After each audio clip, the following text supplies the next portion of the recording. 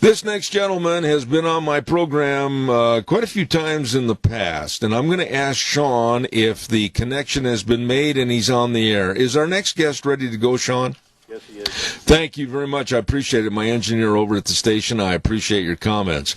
And his name is Lieutenant Colonel Sargis Sangari, and I say good morning, sir, and thank you for taking the time to come back on my program. Zebb, it's good to be here. Long time I haven't talked, but it's always a blessing and a pleasure talking to you.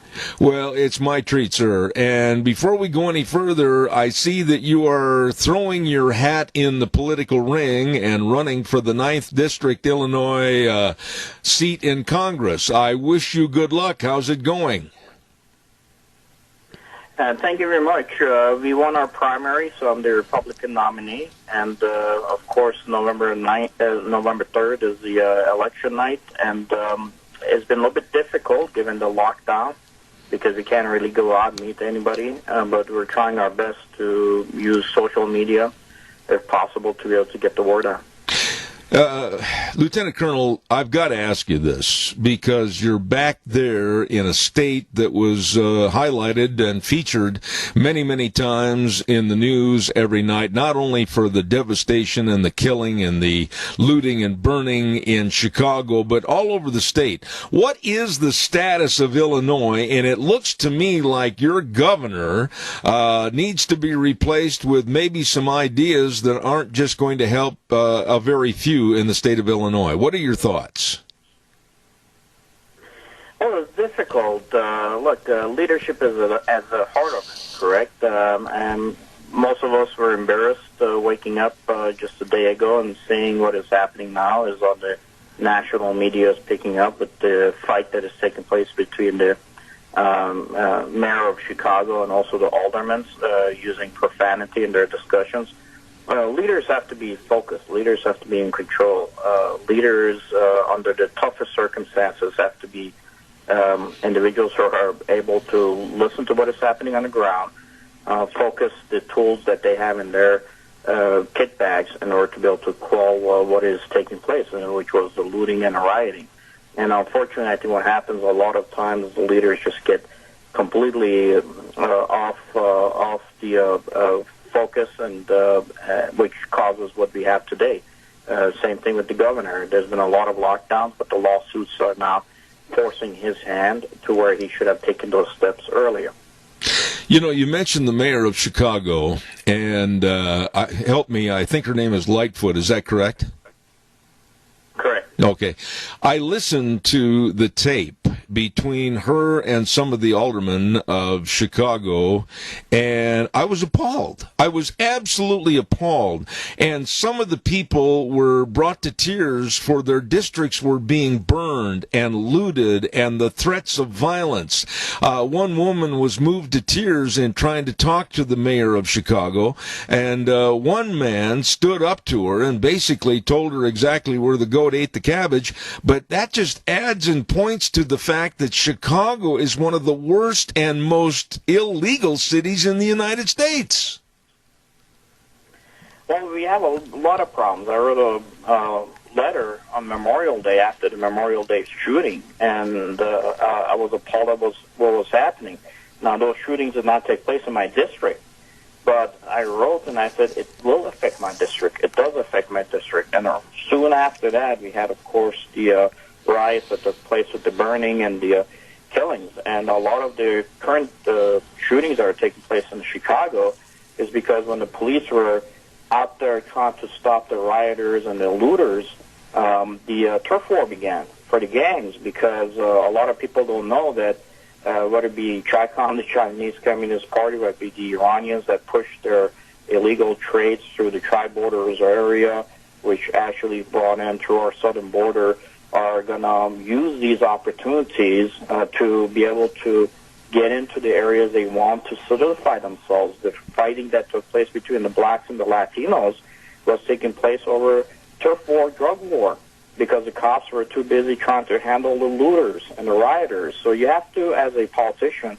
have thought about everything that is happening in your city, and you have to understand the link analysis, and you got to understand it's not just what is happening locally in a neighborhood in Garfield in this case, how is it tied to world politics and how the world policies and that are policies that are against us are going to use that to their advantage. Lieutenant Colonel, you had a wonderful 20-plus year career with the United States Army and Special Operational Forces. You know what's going on. You understand combat. And I'm sitting here in Idaho, and I just absolutely am taken aback that in 3 months, this country is coming apart and unraveling at the seam. What are your thoughts? Well, it's part of how insurgency operations work, correct? I mean, I've seen them. I've operated them downrange. My first run-ins with Antifa was when we picked up the support for the Syrian Christians that were going through a genocide in 2014 in Iraq and Syria. One of our commanders was ambushed and killed by a group of Kurdish YPG, which are socialists in nature in Syria, who was at that time operating with the YPG, getting training, lessons learned, Antifa. If you go today and Google search YPG and Antifa, you'll see the YPG has a flag of Antifa on their site.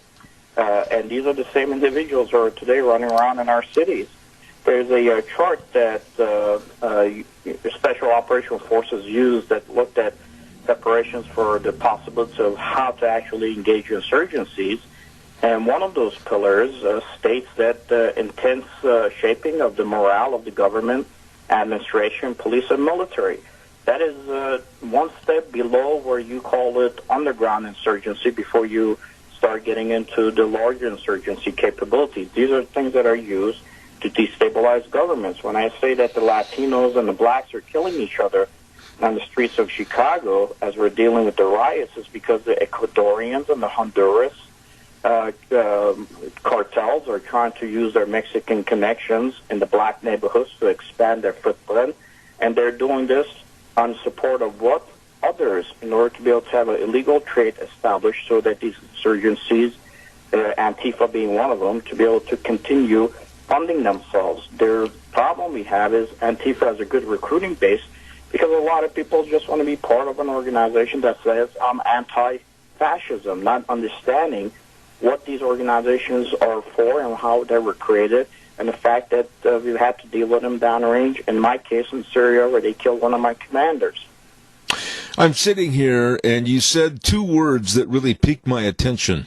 You said not understanding. Not understanding. And then I would throw in the word also, America is so naive. Just last weekend, we had a group of kids, younger people, marching for Black Lives Matter. Just last weekend in our local newspaper, we had a op-ed piece in the paper saying that Antifa's not bad. We should worry more about white groups. I mean, I'm sitting here and the insanity about Antifa and Black Lives Matter. Why is there such a naivete about these groups? Because people don't do their due diligence of studying their background. Like I said, people knew even in the last administration that these guys were operating in Syria with the Kurdish YPG. They were getting their training there. Some of them go to Ukraine and get their training there and come back here.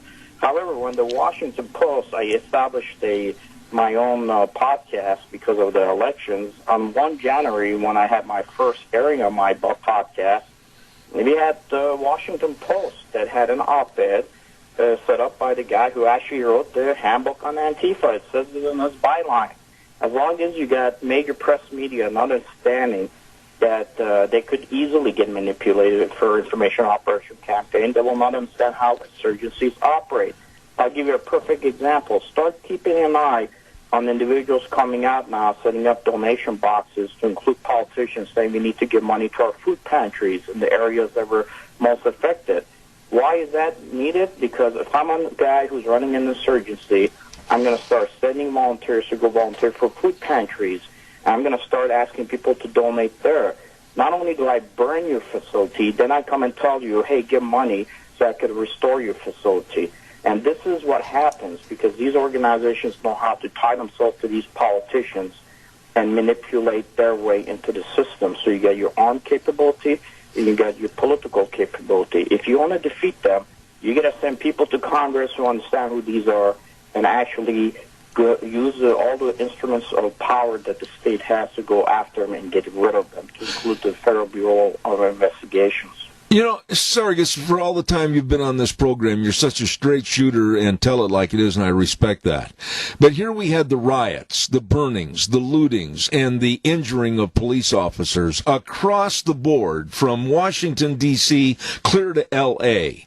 And these people were going against everything that the governors of various states said. Oh, you got to have social distancing. Oh, we got to stay in our house. Oh, we can't go anywhere. Oh, you can't put a boat in the lake and go fishing. And yet these mobsters were out on the street absolutely burning America. Why isn't there retribution against these people and going with facial recognition or any technology and arresting these bums?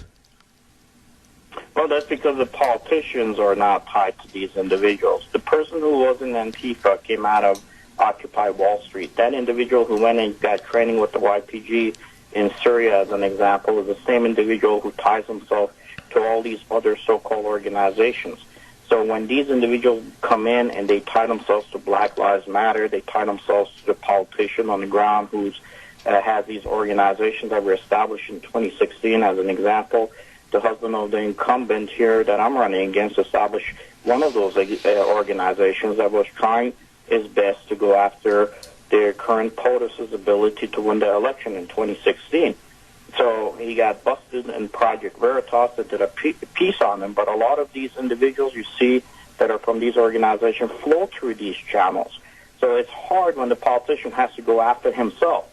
They have to justify why that individual made a decision, whether they're themselves or their family member, to tie themselves to these individuals.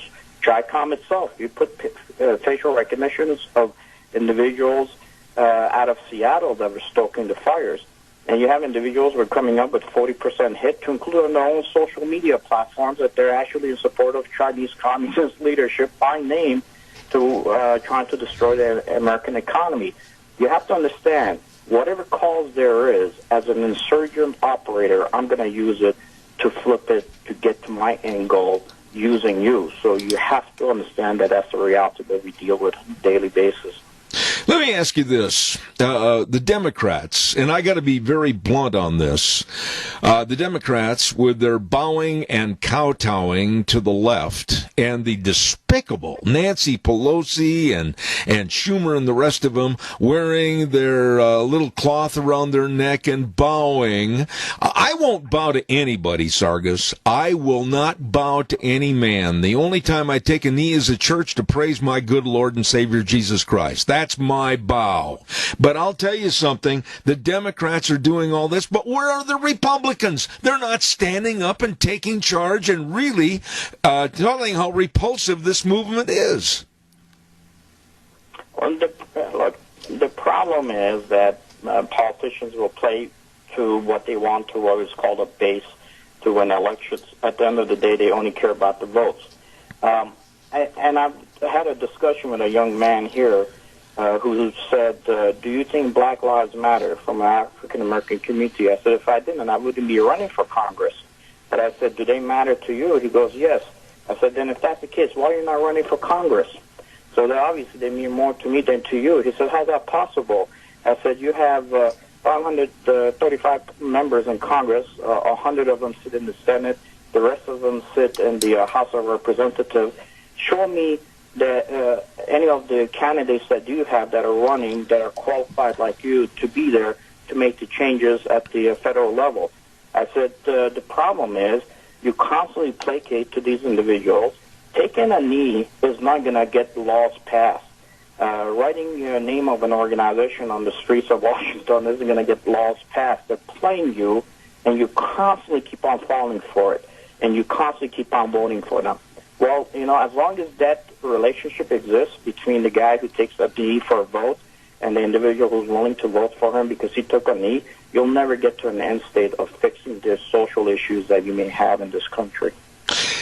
When you look at the situation, you have been around the globe fighting for our United States.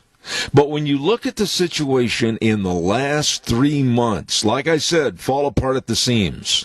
I can remember vividly in February, our economy was absolutely like a moonshot. It was going over the moon. Everything was great. We were looking forward to another great year in this country. And then, bam, all of a sudden, we're brought down to our knees.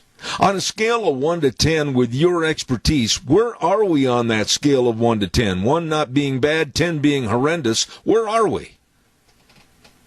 Well, we're going to lose 7% of our GDP for this year. There might be a recovery of 3% for next year. But where we are today is that it doesn't matter what the facts are. It matters on how you can spin those facts for your political seat, right? We're 5 months away from an election, and the individuals that are today in government are trying to keep their seat. They will do whatever they can. Well, in that 3 months, guess what? Iran's going to do what it wants to do. Russia will continue doing what it wants to do. China will continue to do what it wants to do to ensure that at a global level, 10, 20 years from now, U.S. is not the global lead. Where you're not, if you cannot be the moral lead for the world or the compass for the world, the moral compass, if you constantly have these chinks in your armor, you're never going to be able to get to the point you were in the past. Unfortunately, we are eating ourselves internally. We keep on attacking each other for politics and power. You made this statement about China and Russia, and I've asked you about this before, and I know your feelings on this, but I want you to reiterate it to my audience. China scares me. Russia doesn't. What are your thoughts? You need Russia to win in the Middle East because Russia understands that without having an ally like the U.S. in the Middle East, China will eat both of their lunches, and Russia needs the Middle East to survive. So in that capacity, it would be friendly to you. China, however, has an intent to replace us. And I will tell you, they're on top of the hill. They haven't, secured it yet, but we're looking up at them. And in the past, when we fought against Russia, Russia didn't control our manufacturing base. When we fought against the fascists, the real fascists, Nazi Germany and in Italy, they didn't control our manufacturing base. China controls it. I wrote an article on the P4 lab and what was happening with the Wuhan virus. I wrote it for our local newspaper here in the first part of February. I had to go through 12 iterations to try to get it to where they would accept it. It became very difficult. I finally took it to Japan Forward because local newspapers, because of their economic ties to China, didn't want to even touch it. So I eventually ended up giving it to Japan Forward, which was published on 3 April. And it really lays out how China goes about its business to try to ensure it replaces the United States. And today they're in Hong Kong removing individuals from their political seats for their benefit as we're too busy trying to paint the names of organizations on the streets of Washington, that at the end of the day, that paint job is not going to pass along. There you go. Sargis, final thought. How much of a problem is this destabilization for the last 3 months, if you will, going to hurt, in your opinion, the re-election of Donald Trump? I don't know about that. I think it would be difficult, especially with the COVID issue. I think this election you're looking at maybe in the last 10 days to see how it kind of flips. But you have individuals who are determined to really sink our country into a hole just so they could retain power for themselves. It's unfortunate. If you take the top 7 individuals from any of the parties that we have, you're looking at 200-plus years of time in the legislature. And our country is only 240-plus years old. So it's sad that that's the reality, but these individuals only care about retaining their position in the seats of government. And unfortunately, most of those seats were probably manufactured in China anyway, and probably somewhere on that seat that they're fighting against other Americans against probably says made in China.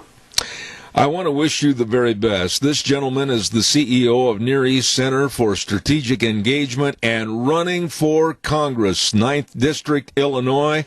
I wish you the best. Pray for you, Lieutenant Colonel Sargis Sangari. Please come back on the program soon. Thank you so much. We'll do anytime, Zeb, and if people want to know about our race, they could go to votesangari.com. Much appreciated, and God bless. Thank you, sir. I just absolutely appreciate that man taking his time to come on our program. He knows. He absolutely knows the good, the bad, and the ugly that's out there in the world today. And I wish him a lot of success in winning that election in November. Thank you very, very much.